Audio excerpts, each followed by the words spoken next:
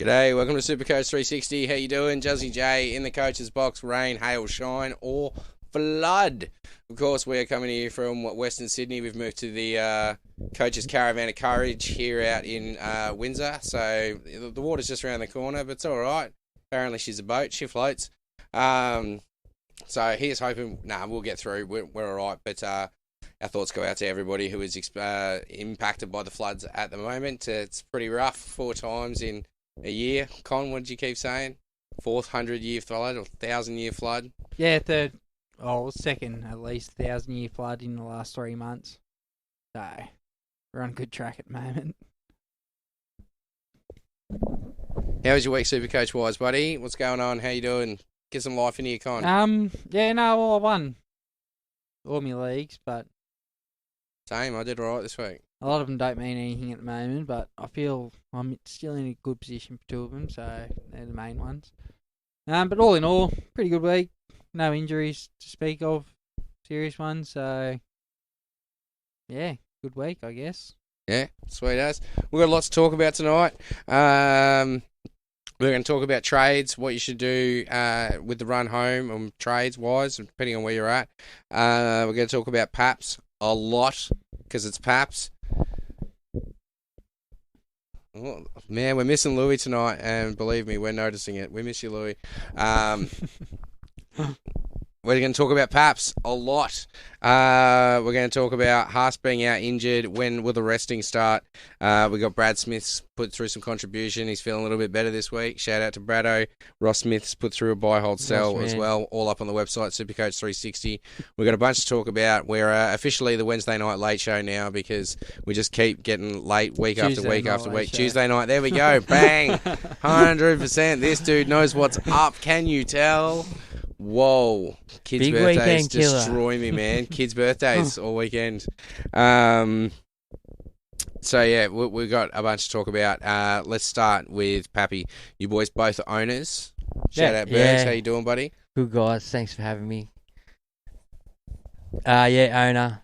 How'd you get him? You held on or? Nah, I had to sell Nat Butcher and I think I sold Tamari Martin and I had some bank. So I moved Ezra down to 6 when I got rid of Tamari Martin, put Nico Hines up and brought in Pappenhausen. Can't remember what I did with the other one. I brought in Pereira. That's right, through the duels. You got Paps. Just because I knew he'll play this week and he'd probably score okay. But yeah, got Paps. And I didn't balls up and captain him. I VC'd him. And then I decided to loop when it was too late. And then I got stuck with IPAPS 38, which hurt me a lot. But that's what happens when you loop and don't just balls up, you know. And all the purists are laughing at me, so they hate the loop. So I was in a similar predicament, but not as bad. yeah. I didn't just balls up and Captain Paps as I spruiked last week. Yeah. I decided to BC him and go with Cleary, which cost me over 100 points in the end. Yeah. Luckily, it didn't cost me a head-to-head, so It cost me nearly all my head-to-heads. That would make me really cranky. Yeah, so very upset. But that's just been my year. I've had the worst Supercoach year. I think I've seen Red Arrow 6 weeks in a row. I don't think even in my shitter times I've ever done that. So that's a new record for me this year. You achieve something then. Try to get better next year. But yeah, like in saying that, Supercoach, mate, someone's got to 100%. go shit, you know. It's a pickle bitch. Might as well be me. We've all been there in the past, bar the We're newbies, all there. So Don't worry. yeah. So yeah, we're talking Paps and how to get him. Like, how do you go about getting him in? Like, if you don't have him, If I don't have him, and if I don't have a bank, I'm just sacrificing a gun somewhere for someone who could potentially make money or just enough just to get Paps in. you got to get him. I Eh? know Like, holds barred, you got to have him. he's going to be the guy you'll miss out if you don't have him. I think so. Like, He was on bugger all points, And then He's on in 20 4 minutes, he scored like 90 points. He was on 25. Not 90, but that was... He was on 25 or 30 points at 70-minute mark. And I had full buyer's regret. I'm like, this is fucked. I've spent 900 grand on this dude. He's done nothing. And then bang. Scored a try. Set a Set try one up. up. Scored another one. And you know, so to his credit, he's only going to get better from here. You'd only assume that was his first week back in how many weeks? 10? 6 or 7. Was that one? Yeah, so I think he got injured in round 9. So it's yeah. almost 10 weeks. Yeah, so 8 weeks. Long stint on the sideline and come back and do well. So, yeah, I feel he's the guy you got to get, and at heaven and earth cost, I'd sacrifice a Teddy or someone for him. Personally, me. 100%. You can get Teddy back at a later date, I think. Yeah. I moved Munster on last week, just in a desperate move to grab Paps. Don't regret a thing. I'll figure out how to get Munster back. I'm pretty much just waiting on, Tamari and Ezra to juice up. Tamari's hurt. Can't. Well, that's it. So I'll move Tamari on, but I've got to try and juice Ezra at the same time. To be honest, Tamari and Dunn's sitting there. Ezra can sit there for a while, I feel. Yeah, depends on how long. I don't think there's any necessity to sell Ezra. I'm going to give him a couple of games and then hopefully go back to Munster. But then I've got to figure out how to get the cash for Trell and get him down in my fullback for the run home. But I believe we're going to talk about that later because you've been juicing the run home and you were trying to put together your dream team. So what do you do if you're a non-owner, boys? I mean... Get him. Yeah, but how do you gut your team? Look, I wouldn't... or what's the pathway to do it? Like, where should you be at? Because I feel he is a must-have. For me, I wouldn't be selling one of my solidified guns like a Nathan Cleary, or I might do the play you did and sell the Munster, just because you won't see him again till 18, maybe 19, you know. So... No, totally disagree. Whatever cash cows you've got available in your centre wing, like second Carraz. row, front row. Don't have any. None. Not a single one. Or even a back row or a front rower Yeah, who you don't feel is a genuine top 17 keeper in your last game. Get rid of them for enough. Get Paps. Use that cash for Paps. Just get Paps at whatever means necessary. This is your week to do it if you've boosted your ass off too, because you get your extra trade. So you can afford to maybe make the sacrifice of, I don't know, a second rower if you've maybe got an extra, or maybe if you've got like a Payne Haas or something in the front row, even a Lolo maybe. Once Cotter comes back, I can see Lolo. Well, I guess what you got to ask yourself is it worth having 3 premium front rowers? Well, I know a lot of the top teams are only running 2 at the moment. A lot of them are, which could be to their detriment later on, but they're up the top, so. But if you're running 3, it might be worth just sacrificing one to enough just to get Paps in. Because if top teams are only running 2 and getting away with it, there might be something to that. Well, if you remember last week, a lot of people were banking on him coming back and having a semi-quiet game and making $100 grand, and it hasn't happened for him. Like Sangster's advice in the countdown show was, don't buy this week. There's no way he'll hit his break even, and people are blowing up on Facebook about well, it. speaking I heard Timmy Williams also mention on SEN radio, don't get him this week. He's going to drop a shitload of cash. Wait. So, well, what that was a popular opinion out there, which was granted. You can see where they're coming from. Yeah, I just didn't think it was worth the risk. Like, yeah, he's missed that much football, and they need him so much, especially with Munster out. Yeah, well, what you talked about earlier with us, Paps made money after falling short of his break even. So that was on Tuesday when we did the last show. His break even was 145. 150 something, wasn't it? 145. And then he scored 135 and made 1.6 or 1.7k or something. Instead of, he should have lost 7.5k. Yeah. So I don't know what happened. miscalculation somewhere? No. I've noticed it throughout the years with numerous injured players who are looking to get back in when they're coming back. And even though they don't play for 6 weeks, their break-even continuously changes every week throughout those 6 weeks, even though they haven't taken the field. So why does their break-even continuously change every week when nothing has changed with them? I'm not sure. Maybe it just gets adjusted with the round. But maybe why? because They haven't played. Their stats haven't changed. But maybe with the end, like maybe it goes off a season rolling thing. So once that week's played, it just readjusts naturally. Because that's what you've got to get to see out the season or something like that. I'm not magical number, as they love to call it, continuously changes round by round. Well, but you'd assume it's on an algorithm anyway, so yeah, I reckon it would change round by round because it'd but be... shouldn't we have a set one at the start of the year and that's it? Yeah, or but prices run off that. It shouldn't be a rolling... People's prices can fluctuate so much. So 100% they can. Yeah, and it'd have something like... I don't mathematically know the answer to this, but I'm guessing it has something to do with your threes and fives. What you said right there is the only thing you can put it down to is the money system is based on a continuously changing magic number that has a base price for these players. Yeah. Which therefore,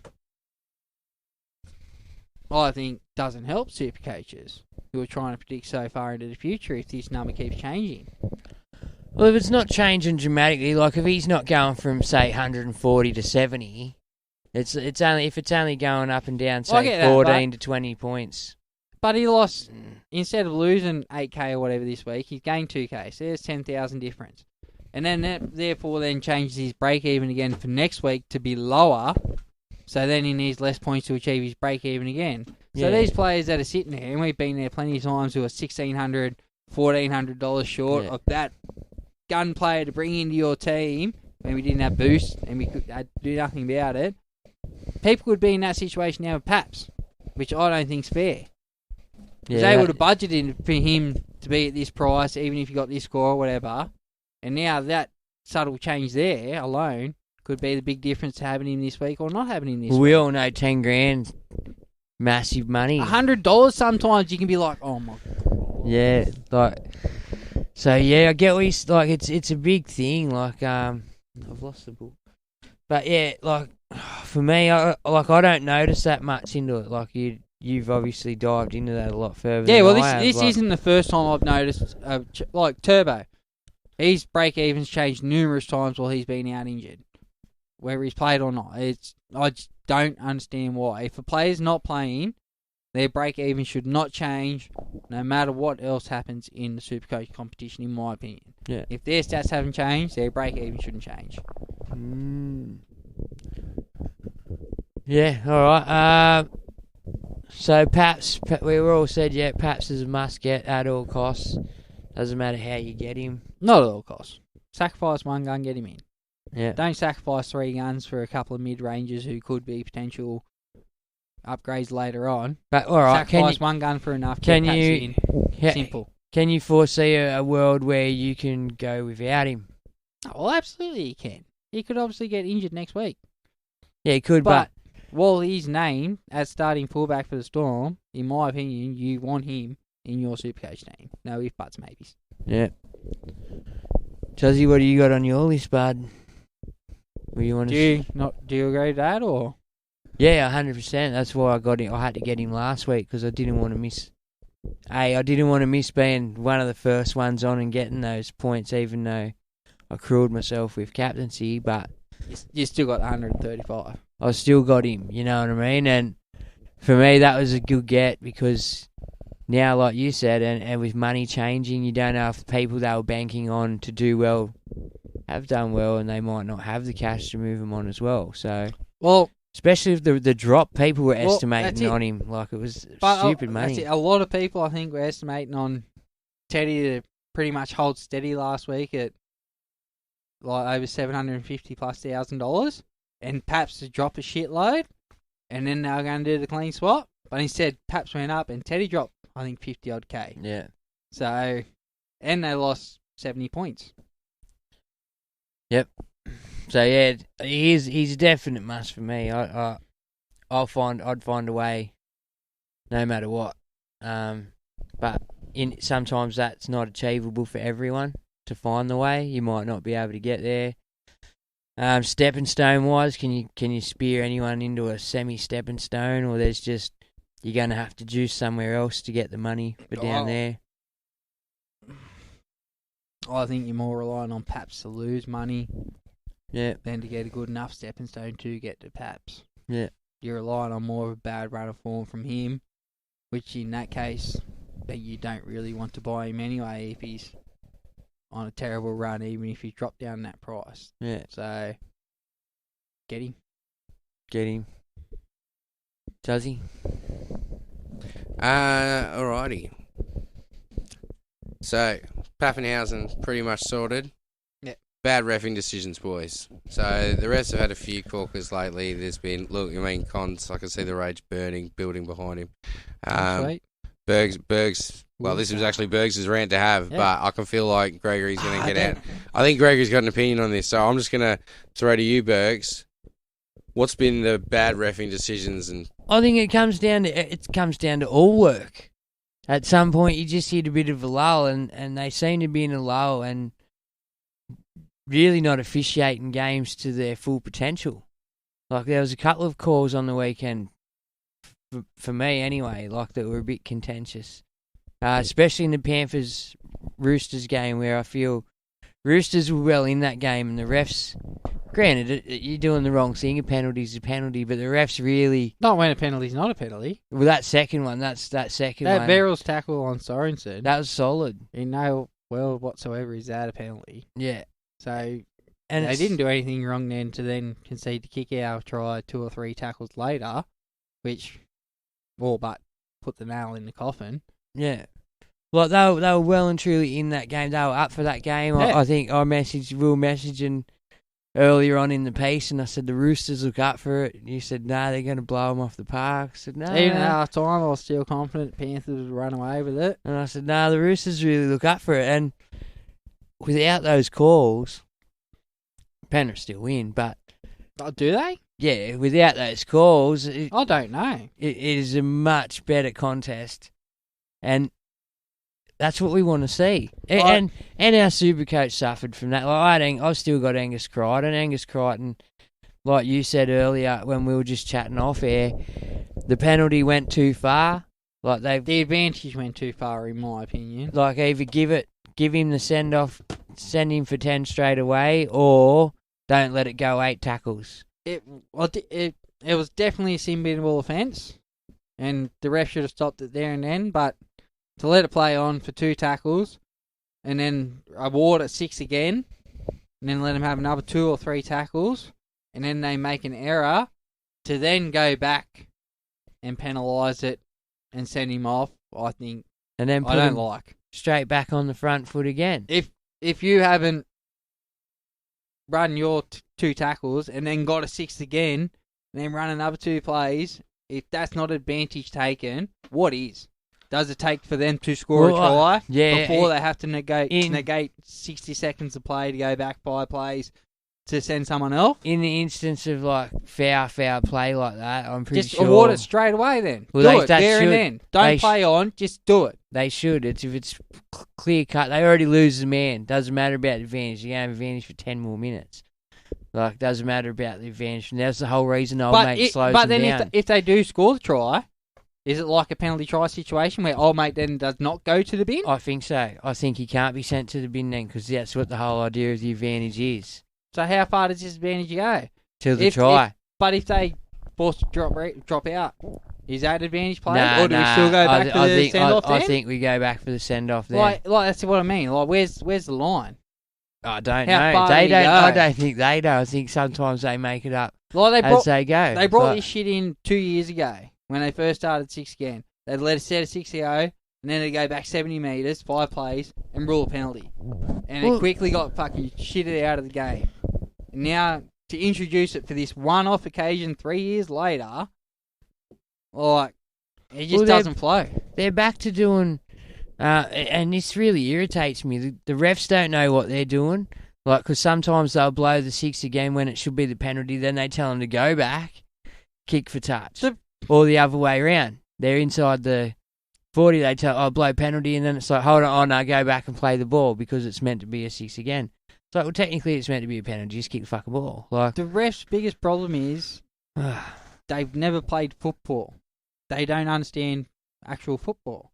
They just adjudicate by the rules they're given and what they're taught. just shits me. Like you can see, as someone who's grown up playing some football, just the common sense calls that these black and white rules just kill. Like an obstruction, 30 metres on the inside where a try scored over the other side of the field. And let's come back for an obstruction. But we all know it had absolutely nothing to do with that. But according to the rules, but these referees and the bunkers, they just don't understand it. The bunker's getting better with the grey. The bunker's getting worse, I think. Fucking hate them all. Sorry. Yeah, well, anyway, yeah, that's just... Refs, for me, are going to cruel the game. Like, they do, and it's at that point, again, this year, where they're now starting to cruel the game a bit more, like... Well, the prime example, as I was saying on NRL 360 last night, was Ben Hunt last weekend on the Raiders, where they were attacking the line. There was about 15 seconds to go or something. He come in, deliberately flopped on a player to hold him down longer, and the ref, 6 again. And then he got up and wasn't square at marker and chopped the hooker down straight away. 6 again. And then time expired. Yeah. How does that help fucking Raiders? Yeah, it Like they said, he needed to grow some cojones, blow a penalty, send Ben Hunt off the field. Well, there needs to be a line for the 6 again. This is probably what they should work out. The referees have the discretion. If they feel it's gone too far, he can penalise him. And that's within the rules. I think this is easier for them. So they just... But it keeps the game going fast. Like but in that situation, like they say, he has to have game awareness.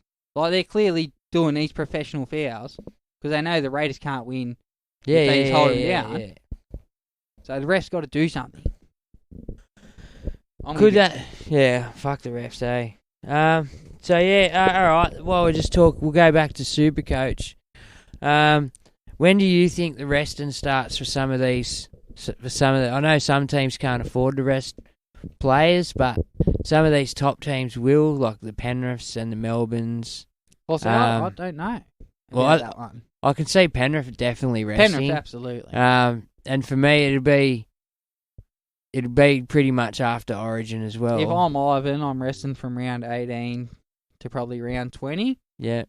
And then having everyone play 4 or 5 consecutive weeks leading up into finals, through finals. Yeah. Because they're clear.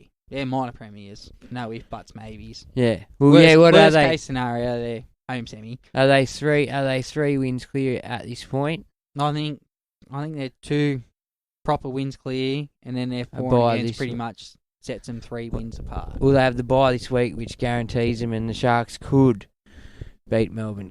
Like massive could, but not a massive could. I mean, like small could, but could. Cowboys have the bye, and they're on same amount of points as Melbourne, so they will move into second, 2 points ahead of Melbourne if Melbourne lose. So yeah. Penrith For and against wise, though, Melbourne would be way in front.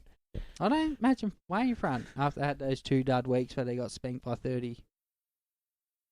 Yeah, but they put 70 on one team, 50 on another. Like they put some big scores on teams that didn't score points against them. So I know Penrith's 300 and something in front, and Melbourne was nearly 100 behind last time I seen. So not 100% on what that is. But Melbourne definitely don't have the luxury of previous seasons of resting their superstars if they want home final advantage. Now, what about others? Like, what about others that might not be vying for them top spots, but still might be in the hunt for the 8? But players have had big seasons. Can you see? Oh well, there you go. Penrith are actually 3 clear wins ahead, plus 100 points in for and against, so almost 4 wins. Yeah. So yeah, that's monstrous. But it's good for Supercoaches because the Roosters don't have the luxury. They're fighting to be in the 8. they can't rest players. They can't rest your Teddies and Manus and stuff like that. Yeah. Rabbitohs, they're struggling to be in the 8. Parramatta, they want a top 4 place. Broncos, Sharks, Cowboys, they all want top 4, if not top 2. Yeah. So the luxury of resting this year, I feel, you have to do it early, or don't do it. So you can produce at the back end. So, yeah, there will be these next couple of rounds, probably 18, 19, 20, like you said, that you'll see the rest coming in. Like, I get you want to have a fit and healthy squad at the end of the year, but as we know, if you don't finish top 4, you don't win the comp. Yeah, it even helps more top 2.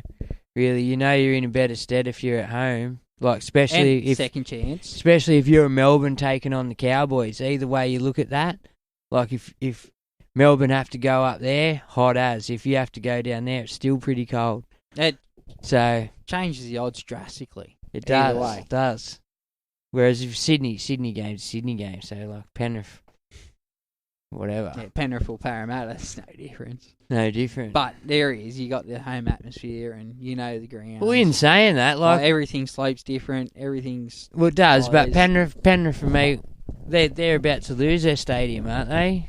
No, I got some exciting news for you. Oh, there's a renege. Is it exciting? No, there is no renege. It was announced today, actually, that the New South Wales government is about to acquire the Paceway.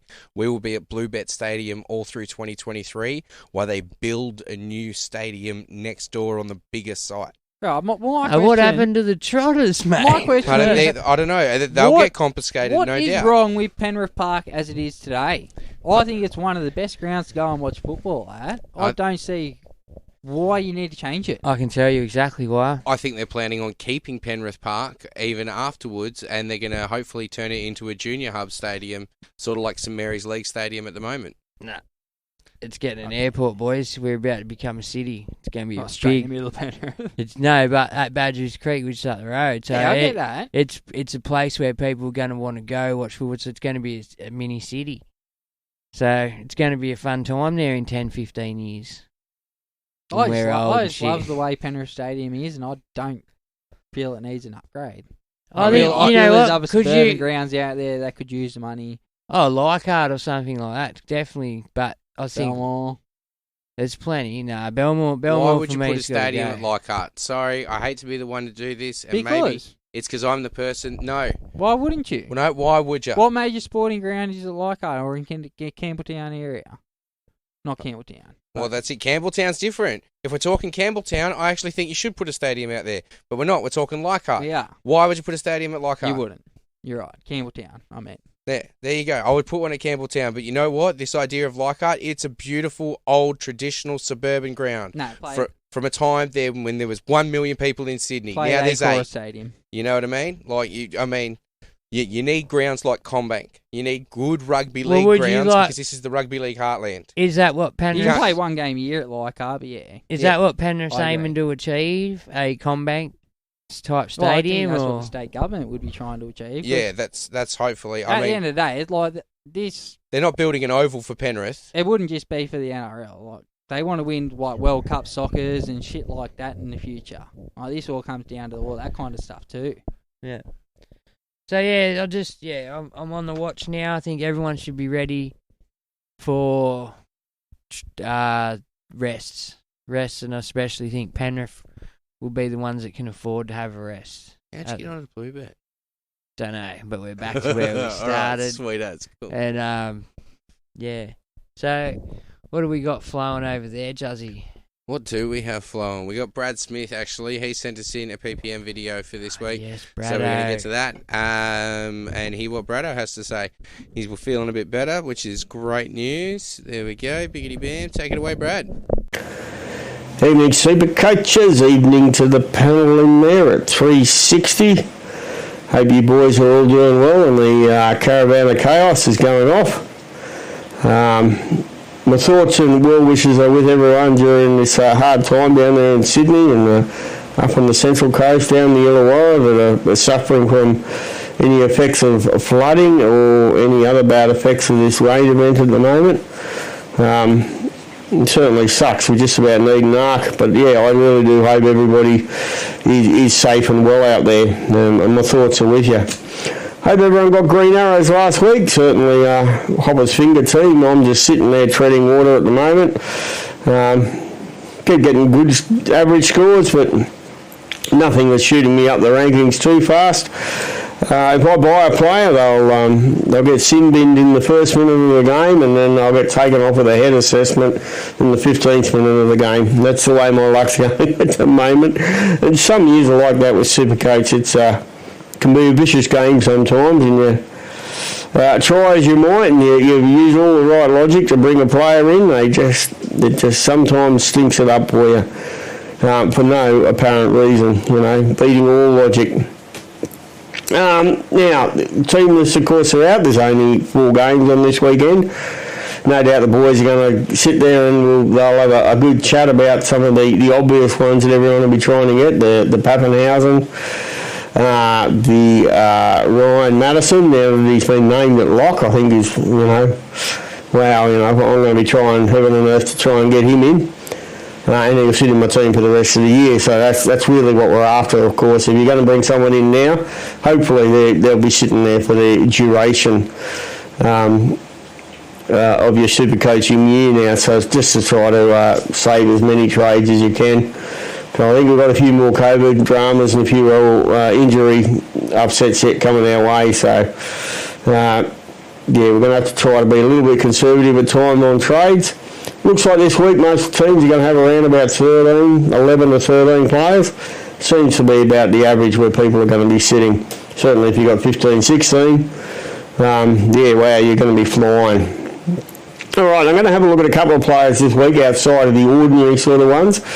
There wasn't a lot of cheapies named this week, so I've gone to a couple of mid-rangers that are going to make you some really good cash. These mid-rangers are nicely positioned. If you have, say, like an Adam Elliott and you want to downgrade to one of these, you can make yourself $300,000 with the click of your fingers. And both these players I'm going to talk about in a minute average over 50, so I think, it's a smart move. All right, our first one here, let's have a look at him. Now, Big Nelson of Sofa Solomona. 365k, so, geez, I haven't heard him at that price for a long time. That's nice and cheap. Averaging at the moment just under 49, so he's just near 50. With those averages, though, he had a low of 14 a couple of rounds ago in round 14. And then just before that, he had a 26 as well. Both of them were injury affected. Obviously injury affected. You take out those 2 low scores and his average actually goes up to around about 58. So, 385 for a player, it's going to average around 58. That's one you really should seriously maybe consider, particularly if it frees up around about 200 to 300 grand for you, depending upon who you're selling, and downgrading to, or downgrade, who you're selling to get to Nelson. I think he is a very serious option to try and get yourself some money. And certainly as a fourth prop forward going forward, you can just sit him there on your bench, play him against some of the weaker opposition, or when you see the bench of the Storm looking a bit weak, you can, he depending upon Bellamy's rotation, he does get more minutes at times. So if you keep an eye on that, you're probably going to go quite okay with him. He's certainly going to give you a bit of depth to your team. So now the next one we need to look at is, what are we doing here? Sorry people, we'll just bring this up for you. The next one we'll look at is Jackie Bird. Jack Bird, 402k. Now, the time, I did mention him last week around the traps. The time to get onto him was last week. It was 350 last week. But this week, he's still only 402 with an average of 15. A BE of only 15. 3-round average of 55 odd. And he's only in 4% of teams. average of 55 odd is nothing to write home about. You know, it's not great. But he is increasing as the season goes on, so he is starting to get a little bit more on a bit of a run. And certainly when he's parked in there in the second row, his scores seem to be better than when they move him around to cover some holes at 5/8 or something like that. So again, 55. You're paying $400 for 55. You're selling a 600 value player down to a 400. You know, there's obviously 200 grand to go towards your Pappenhausen kit to try and get him into your team. Probably the biggest thing we have to remember with Bird is your duel. So you can easily flick him backwards and forwards between him, Talakai, him, Targo. The duels, particularly as the season goes on, are going to become important so that you get the most out of your teams, particularly on matchups. So you can flip one from one position to another and make sure you've got the best players in the best positions. He's going to get you 55 to 65 each week, barring any injuries. And to tell you the truth, on matchups, he wouldn't be such a bad option. For instance, if you've got a Sibbo in your team and the Eels are coming up against a nice defensive unit like a Panthers or something, rather than risk Sibbo's 20 or probably less, knowing him that he is going to get, you're probably better off flicking him onto the bench and playing a Bird for a solid 55 to 65. So do give that some thought. It is certainly worth your while there.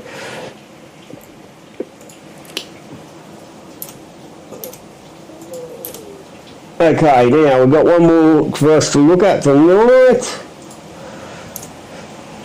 And the last one that we're going to look at, it probably sounds a bit crazy, but it's Jed Cartwright.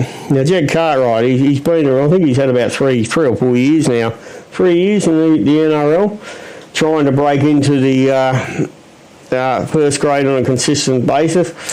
And he pretty much has failed. You have a look at his scores, they're nothing really to write home about. In fact, if it wasn't for a buy round and didn't need cash, you'd never even consider him in your life. But at only 205k, starting in an edge back row position for South Sydney this weekend, he's worth a look at. And he's worth a look at because when Cam Murray comes back, he'll go straight out of the side. He won't even go to the bench. The bench of South Sydney looks a bit too versatile and strong, particularly now they've brought Fafita over from the Roosters. I just don't see a bench spot there existing for Cartwright, so he's not going to become an AE emergency. So I think he's one of those perfect ones that you can probably get about 40 to 50 points out of him this week.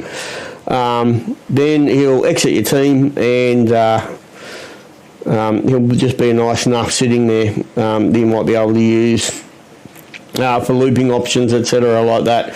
And many teams will be starting to consider a couple of nuffs here or there throughout their team from now on, just to try to get the most out of their trades and to see, of course, if they can get Pappenhausen in like we just spoke about a minute ago. So that's the three players this week. Just a quick one on the Pappenhausen versus Latrell. Many people, there is a pot option there for you to go Latrell rather than Pappenhausen. I'm seriously considering it, and if you have a look at the matchups between the both teams have got, now Cronulla versus the Storm does scare me a little bit for any Storm attacking players. I think the Cronulla are going to defend well. And they are going to limit the chances of some of those outside backs for the Storm. I think this is going to be a hard game for the Storm. They look clunky and there's a couple of little issues there in the Storm that I don't think the Sharks are manly, let me put it that way. I don't think they're going to let Pappenhausen score 100 points in 7 minutes like he got last weekend. And with a BE of about 110, isn't it, 115 or something, I do have some reservations there. But then we look at Latrell. I don't have so many reservations. South Sydney coming up against Newcastle. South Sydney I see bouncing very, very nicely there. I saw some positive things last week. We've given them a lot of rubbish over the last few weeks for playing like busted dogs. But they, with Latrell at the back there, he certainly was organising quite a few of them in defence and pointing out and shouting things to his players and trying to get them into position a lot better. And I can only see that improving even more. So coming up against Newcastle, I don't mind the match-up with Latrell. I think we're going to find each week that his combinations and his work rate at the back is actually going to be increasing. So I wouldn't mind betting that he easily gets, I think he's got to be in the late 80s as well, so although it's reasonably high, I think his is possibly more achievable than what Pappenhausen's is. So if you've got to choose between the two, I think there's nearly 300,000 difference in price as well. And that's the next thing, 300,000 odd difference in price. I don't think they're going to score a lot different. I don't, Pappenhausen might get 20 or 30 more than him, but is that worth the extra 300,000? That's what you've got to consider. And when you look at it like that and you think about it, you go, well, yeah, maybe I'll be better off waiting a week or two. It is a punt you've got to take. I mean, a lot of us took it last week and didn't take Pappenhausen when we had an opportunity, thinking that he wouldn't make his BE, which he didn't, and he still went up in price. So, Tommy Sangster, if you can explain that to me, that'd be good. I have done the maths. It is possible to happen, but it's still a pretty weird anomaly. You don't hit your BE, but you go up in price. Quite funny. But at any rate, do give that one some thought, super coaches. Your Pappenhausen versus your Latrell. It is a very interesting quandary there. So the three players there to have a look at: Nelson Solomona at 365, should average in around about the mid to high 50s, if not a bit more. Jackie Bird averaging about the same for 402,000. If you're downgrading an option, you can even downgrade Angus Crichton and nearly make 200 grand. So on the Nelson one, so give that some thought. I mean, Crichton's playing like shit. And if I had the opportunity to get rid of him myself, I would, but I don't this week, so I'm stuck with him. But, you do have those are a couple of really good options for you. All right, super coaches, till next week, play safe, have fun, and go the Blues, of course. Thanks, guys. See ya.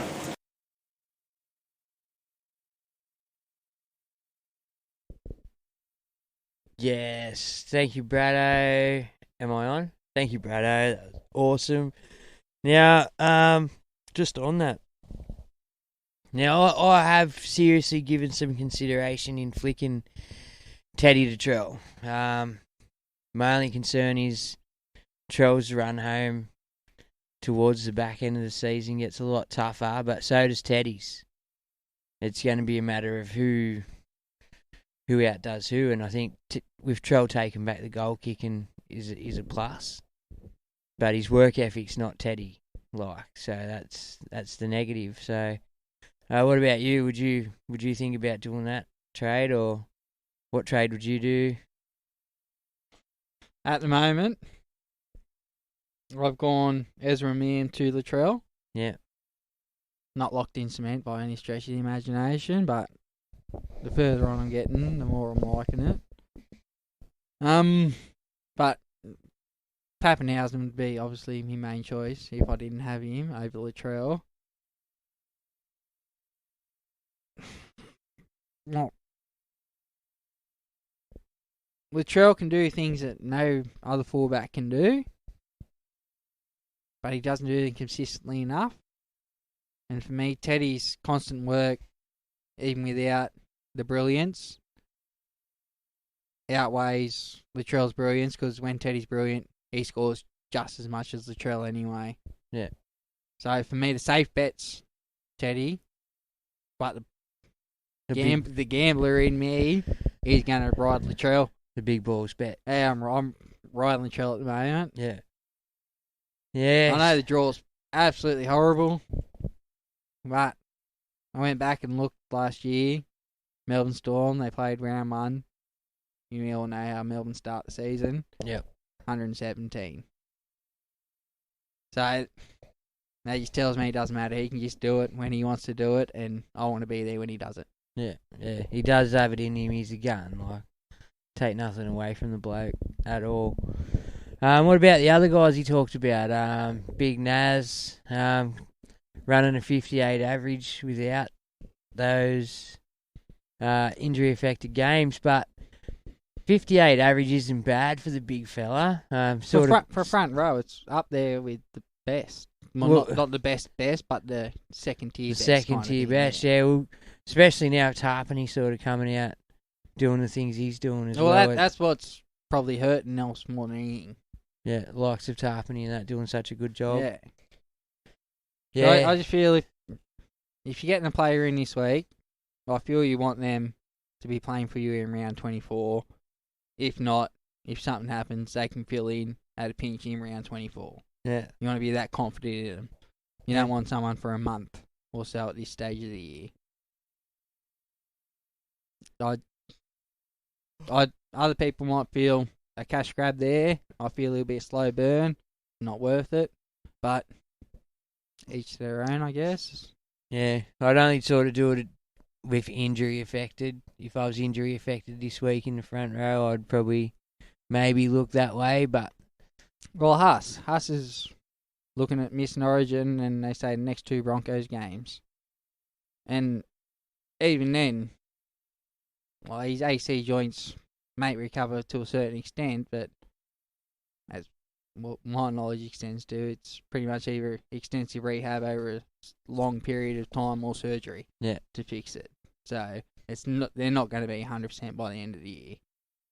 And that's just a risk I'm not willing to take. If he's missing the next 3 games, he's got to go. Clem. Straight in for him? Not straight in.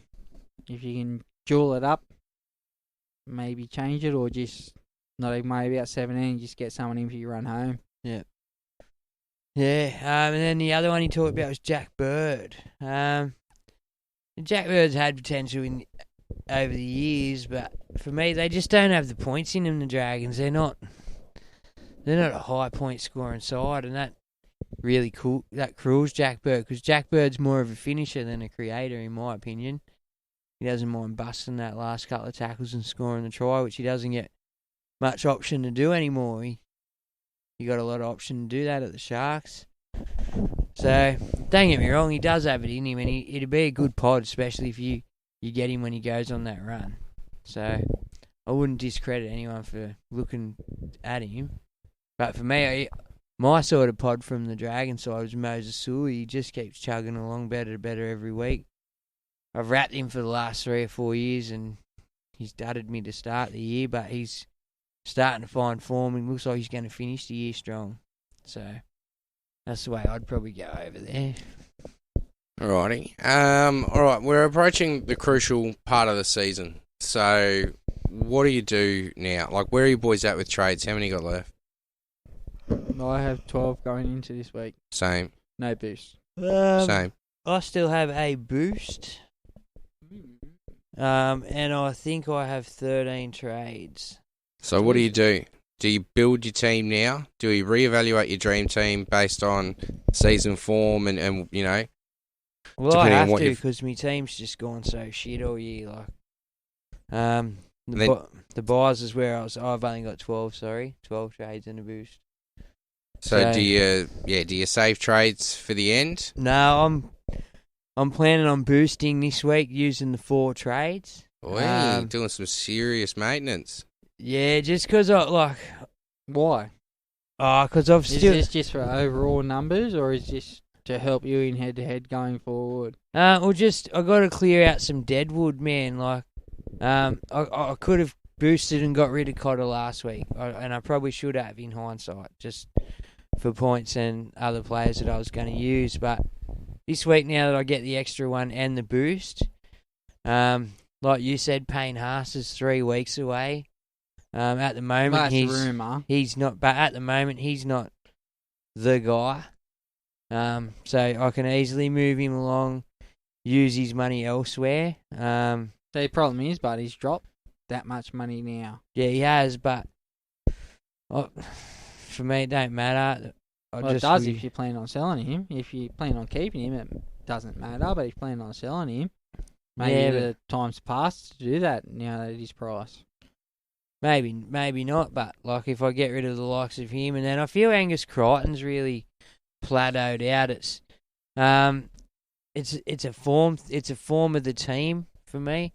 The team's not as smooth as they have been in the past, and he's just not getting the quality ball. He's still doing his defensive work, but he's really not finding an attacking stat this year at all, and that seemed to be going elsewhere. So I just feel I'm going to move on Angus Crichton and look to maybe bring in a David Fifita. I know he's not playing, but we all know what David Fifita can do, and if they don't want the wooden spoon, I feel he has to be on the paddock as much as humanly possible. So I love him as a pod option to finish season. He's definitely coming into my team.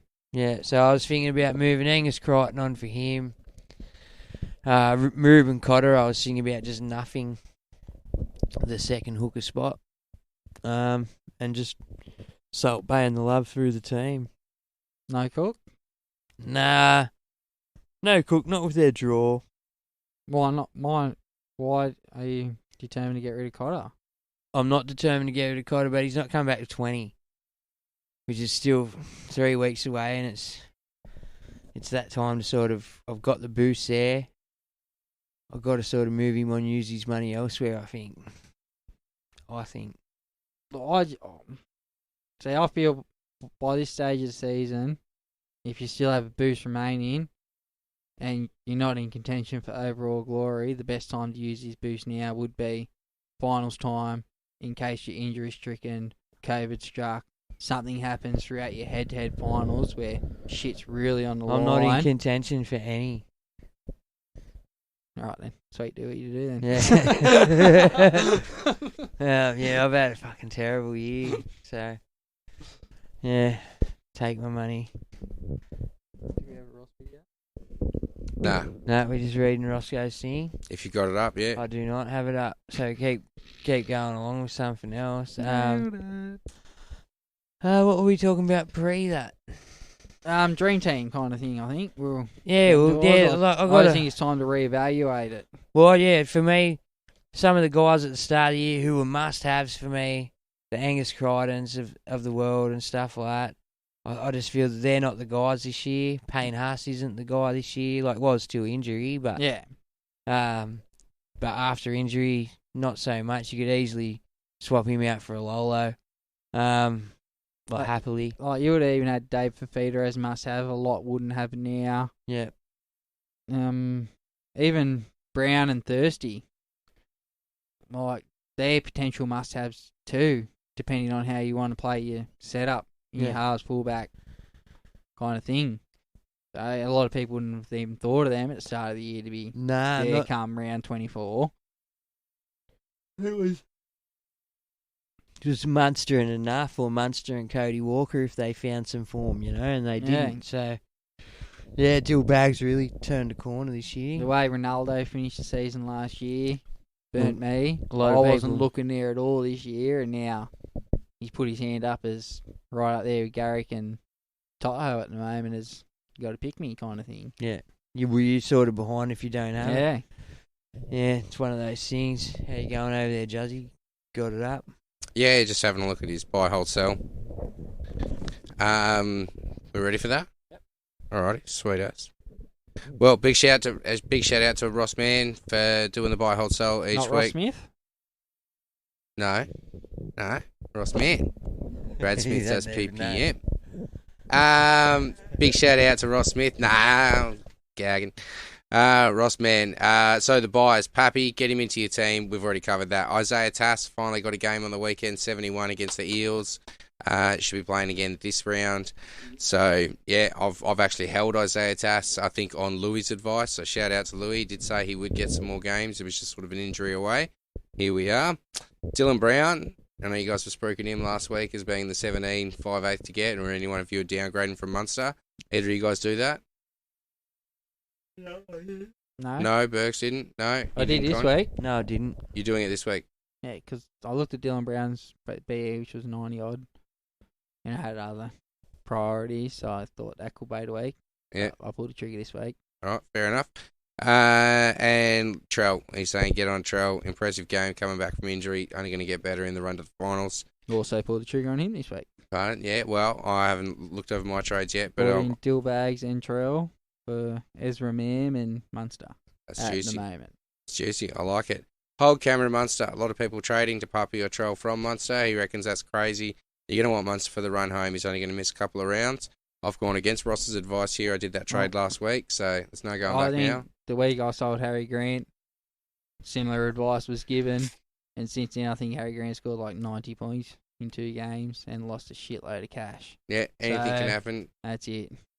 And for the sells, Campbell Graham been reported out for around 6 weeks with a facial fracture, which sucks because I do have him. That's and massive. Payne Haas out, ruled out of Origin, another 2 to 3 weeks. So as Con's been putting it so eloquently, 2 busted shoulders.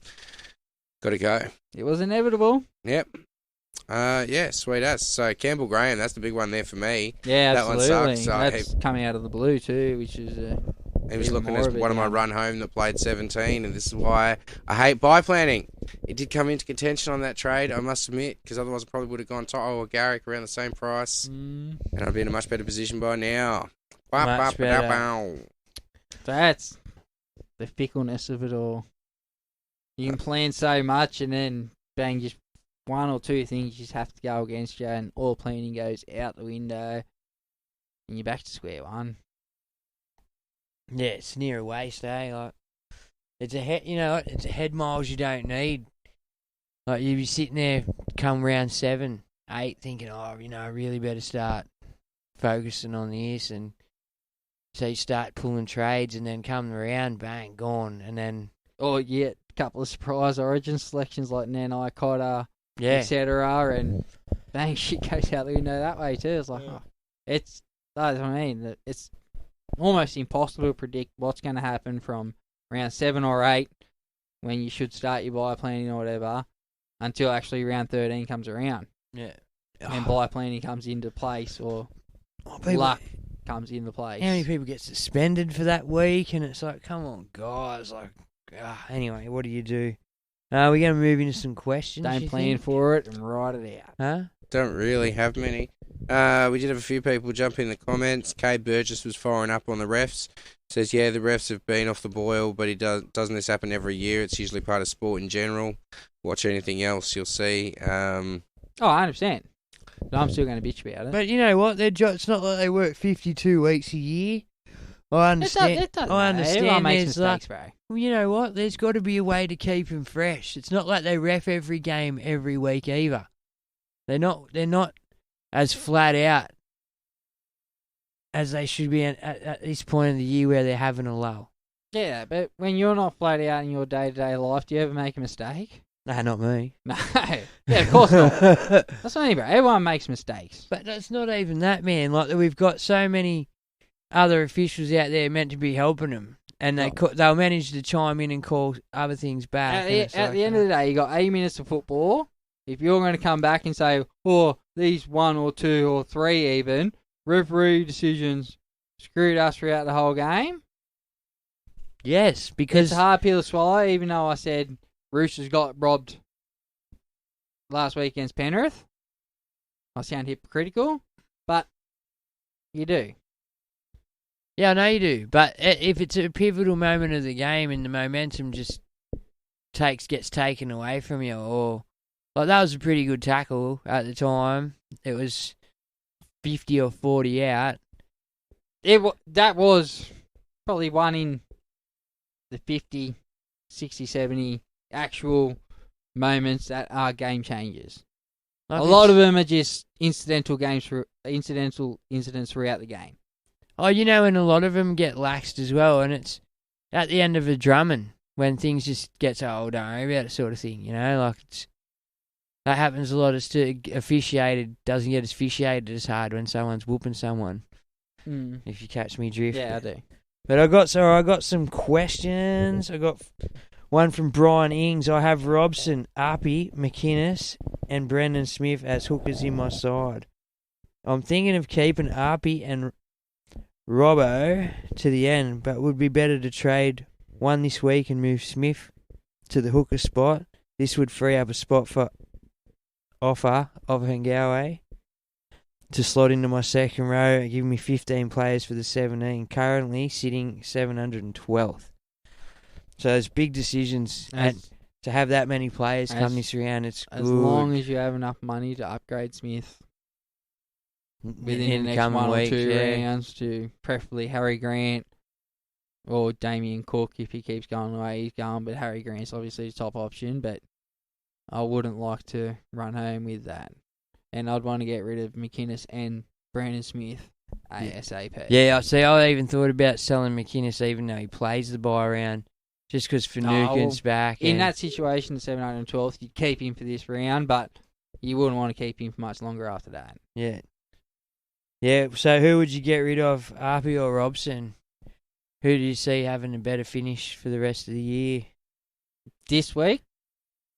For the rest of the year, Robson, Arpey, say for next 4 games. Well, I'm personally leaning towards backing Robson home. Yeah. But that's fickle.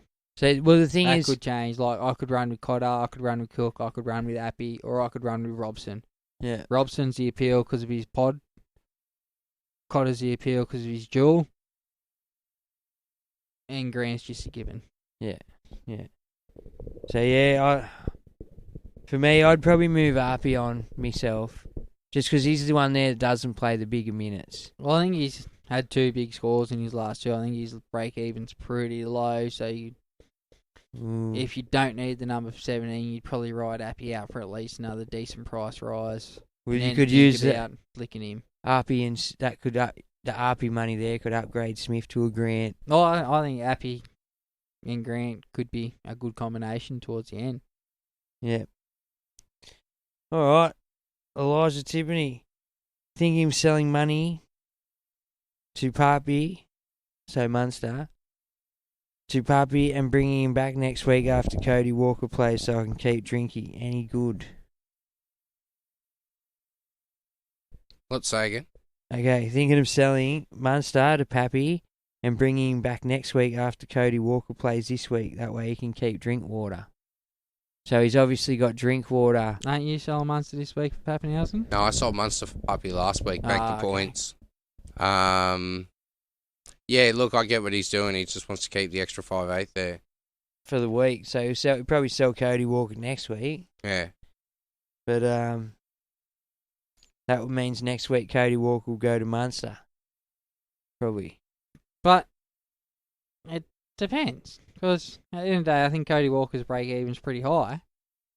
So are you keeping Cody Walker just for his possibly 40 or 80 points, maybe less, and a price drop to then trade him back to Munster, just have him for 17? I For dare me, say that's a waste of a trade. If you're going to do it, you just flick Cody Walker now. Yeah. Well, I wouldn't hold Cody Walker for a price drop and potential decent score. It just doesn't seem worth the trade to me. Gregory's wise words, everybody. So jump on Cody Walker. He's going to have a fucking blinder this week. All right.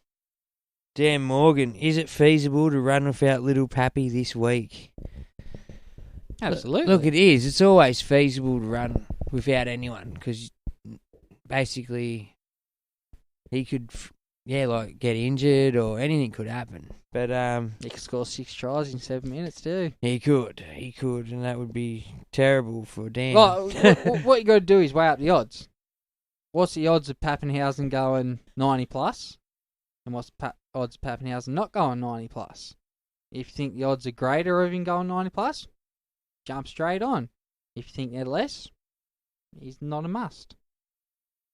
All right, that's the way Gon's busted that down. I think he's a must this week, but absolutely. Well, I think based on that logic, I think he is a sure thing for 90 plus. Pretty much, he usually is. So if not, high 80 he'll take. Yeah. you know it'll come good.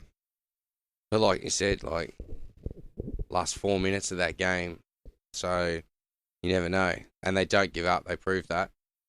We thought they were gone. Commentators have written them off. Like, they don't give up. They almost got back in it. Almost. They left it too late. I see. I reckon it was close to 90 points he scored in those last, I think, 3 minutes of actual game time. Yeah. Yeah, 30 points a minute. that's all the questions. That was like the outrageousness I heard. Joey Chestnut ate 63 hot dogs in 10 minutes. Yeah, good on you. That's 6.3 hot dogs a minute. That's a hot dog every 10 seconds. Yeah. How crazy is that? That's Quick three. maths. That's 3 chews That is outrageous. to a hot Like, dog. how can you, like, let alone how can you eat 63 hot dogs, but how can you eat a hot dog every 10 seconds? They dip them in water and pretty I much get that. swallow them whole. But you still got to swallow that. And you got to hold that. You got to eat that. Yeah, it's pretty full on. Wouldn't want to poop it all Get- out, get that's him for in- sure. If you got a eating competition, Supercoach, Joey Chestnut's your man. Righto. Would you rather vomit it out afterwards or have to poop it out? Yeah, you'd rather poop it out? I'd rather vomit it out and let it go through me. I hate vomiting with some Can't dry. tell So do I, we but- ended up here. But, well, 64 hot dogs, it Sorry, begs I the did question. Not mean to swear like that, but far out. 64 hot dogs. Moving on. I'm just saying it's got to go somewhere. Yeah, 100%. We've all had to do a meat poo after a big barbecue. Bro. You got anything there, mate? I don't think I sure as fuck can't finish it on that. You wouldn't be pooping rocks, you'd be pooping boulders, bro. Bro, we just lost like 12 people. I don't think so. My bad. It's 10 o'clock at night. If you can't handle a poo What joke. else we got? No, that's it. I was just going to say, just quickly, we were talking about Origin earlier, like, because we're pretty much done Supercoach-wise. Talking Origin earlier, and I like, this is my personal thought. I don't know, everyone might think I'm a little bit mad, but I think Talakai gets dropped and he plays for the Sharks, and Jackie Boy Whiten makes the bench for the Blues. So who becomes 18th man then? Not sure. Not fast. Why? You don't know Hines and Paps? Yeah. I do, but I don't think it'll So be Paps either. becomes 18th But you man, know- you're not fussed? It might just be Talakai that becomes 18th. You know? Oh, I know on versatility it's not a smart if play. the Talakai's not in the 17, he's not in the 18.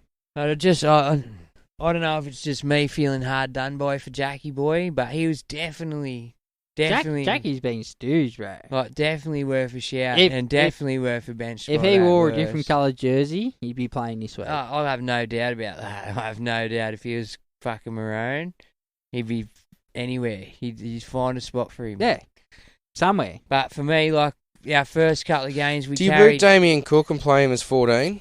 Well, that was the thing. That was what I was going to say. We carried it back in the first couple of games. No, I think it'd be harsh to boot Cook. You can't boot Cook. I I think think Appy would have to go if you're going to go down that route personally. the 1-2 punch worked, and the 1-2 punches worked time and time again with the two hookers. It's just two totally different games, and sometimes defenses can't He's adjust not ready for the between. second game. Well, they Yeah. just can't adjust between it. It's so different, like, and that's sometimes the good thing about having two hookers, but you lose and punch off the bench. Like I say, I don't think the two hooker system is why New South Wales won that game at all. Oh fuck no! Like, we Appy just could have played outplayed you. 80, Cook could have played 80, and the result would have been the exact same. We just had the better night on the night. Like we had better intensity and shit. Like Well, first half, it was anyone's game. It was could have gone either way. yep, fully agree. And then us being down to 12's no excuse. No, that he does a lot of work, bro. But they scored that last try after he was off, which did change the game. It just went in front ahead 14-12, I think, instead of 12-8 down. And then that extra 9 minutes after the second half, it's big difference. And I think the next game's going to be a lot closer. I can see a 1 point golden pointer kind of I'd thing. love a golden point filler, bro. as long as we win it. I think like a 14-15 either way. I can't pick which way. I hope Queensland, but Who kicks it? well, hopefully Ben Hunt. No, charge down. No, Too little. Ches would kick it because he's a double footer. But we got options. We got Munster, we got Ches, we got Hunt, Grant can snake a sneaky one, KP at the back. Is can slot KP one. playing? So we got plenty of options. New South Wales, on the other hand, got one, maybe two. Oh, do Nathan- you trust Birdo to do Origin? Well, obviously you go Nathan as priority, and then Birdo's your backup. But apart from that, I reckon Crichton could slot one in a pinch. Stephen, Yeah. yeah, possibly, but Look, I'm telling you now, Nate's our only they wouldn't be good setting up option, for bro. it. No, Nate's- Birdo's like if you're Don't you if you're remember- 40 don't odd you out, Don't you remember? I'm going to Birdo before I'm going to Nate. Don't you remember Juzzy's stat from the Birdo other put week? one over from 60. Remember that game they played yous? Yeah. He had 5 cracks for no gets. No, Yeah, I don't know. finished 14 all. Yeah, just hit Yeah. the post. He had 5 cracks for no gets. He hit I the think that was post like Bert. 3 Yeah, or that 4 was times. Bert. Yeah. Yeah. Anyway, Shauno's quickly throwing a couple of questions in here. Shauno says, "G'day lads. Jono, What's going on? Lucky week for me. Held Tass, sold Haas. nice. To sell Cotter or not to sell this week? Burning question. McInnes to Grant next week, Paps and Trell in this week. Oos. I like that. Cotter. See, yeah, that's the thing. I've got Jones with Cotter as well. Do I hold Cotter or do I sell Cotter? But If that's what you get out of it, you get Puppy, Trell. Who else was on that list? McInnes to Grant next week. Yeah, Grant. Like, bang. 100%. Well, he gets Paps and Trell this week, and then Yeah. Grant next week, Yeah. just by trading out Cotter. Oh, he's probably got other moves, but Yeah, that's, well, obviously that's great. Upgrade Teddies and whatever, but I don't mind that. yeah, getting rid of Cotter frees up that kind of cash. It's a given. Yeah. I'll tell you what I am happy with, that Gerbo maintains his spot, but I don't like Jordan McLean. I'm going to level with you. That Regan Campbell Gillard spot, that was. He, like we talked about, he was best, probably another one best on ground game 1. I didn't watch him defensively. I don't know. He wasn't by any stretch of imagination best on ground, but No, not best forward. for us. what he put out in the forward stocks in game 1, he was definitely top 2 or 3 in the New South Wales pack. And yeah, so I felt he probably got a bit hard done by McLean getting a spot. Even though McLean was, remember he was there a couple of years ago and then got injured. That Storm and then Yeah. the Cowboys got hurt. So he just Fell apart. like he He was played for there. Australia. Yeah, he was on the cusp of Origin. So we can only hope so. But Gerbo does a job. He does a good job for us in the middle. So I'm stoked he's there again. So there's rumours that Paulo might be shuffled up to start. McLean come from the bench. Yeah, I'd handle that. I Just could because they don't handle. want to throw him in the cauldron in the decider. I do like Junior Paul off the bench, but Yeah. he offers variety. You know what I mean? He's not just your run of the mill front rower. He's But got footwork. Do you he's- need that instead of just having 2 straight up and downers like McLean and Trebojevic starting? Well, I think where you- you're just I gonna think- get picked off because you know they're just going to run straight, no offloads, no ball play, no footwork. I think you do now that Payne Us is gone, which that could be the elevation for Junior to the start. Like I know Jakey ball plays for Manly, but he Oh, showed it's very in different. Origin too. He was run. Well, he's playing front row, you know. Like Whether the that's- tactics change or not this time, I don't think so. But I think these 2 straight up and downers. well, I easy think to that's his, handle I think for that's his. Queensland. I think that's his job. I think it'd just be disheartening to see him throw an offload and not get it right. So it's his Paulo, job. No, I'm talking Paulo. You sort of respect it, but Jakey's there to like harden the team a bit, you know. That's what I mean. So I don't feel. Like, did you seen Jakey at the end? He was fucking so happy to be there. Like, he Yeah, was 100%. so Well, no, Jakey 100% deserves to be. I'm not taking anything away from him, but everything was just nice. I just don't you feel know? Jakey can play his Manly game for New South Wales well. Yo's at the Oh, 13. you can't. He has to run the ball, Yo's better. and he doesn't offer a great deal. I love Jakey, but he doesn't offer a great deal when he runs the ball. He's Yeah. not a Payne Hustle or something. Junior Paulo even. And McLean, I think, is very similar. Yes. All right. So that's us, is it? Are we going to bring our readjusted dream teams next week? Next week, after all the buys, Origin said and done, Yep. I think that's the time to recalibrate fully. And Or did we touch on the save and the trades for the last few rounds, or stack your team ASAP? I We mean, can I discuss asked that that next question. Did we answer it? Oh, I think you sort of moved on from it. Oh, sorry. Cade Burgess, round 17. No, how many nuffs are you running in each position for the run home? Ideally, one in the front row. I've got two in the second row at the moment, So that's 3. How many in the centres? and I've got one in the centres, I think. yeah, ideally 3 total. Yeah? Didn't you say you got a dream team of 21? I did. You're right. So you need another It's one, just Chet. going up to 22. Alright, let me just double check, see if we got any. Alright, so yeah. Good luck this weekend, coaches, on your bye-affected week. That's it. Good luck with your snipe teams, everyone. I hope you fucking don't beat us. Anyone out here in the Hawkesbury, stay safe, stay afloat. Con, good luck, mate. Thanks. Water's probably, 150 metres from your house? Yeah. If you need me, guys, I've got a little boat out the back. I'll come pick you up. So yeah, it's pretty up there, so yeah. Oh, the roads are open? Oh, the roads will be sweet, bro. Yeah, I know. Rivers are open. Yeah. But yeah, no, there's been some tragic shit that actually happened, so. It is. It's very, very sad. Unfortunately, these people have gone through it time and time again, and it never get easier. So peace out. Thanks for listening. Stay coachy, coaches. Wait for you.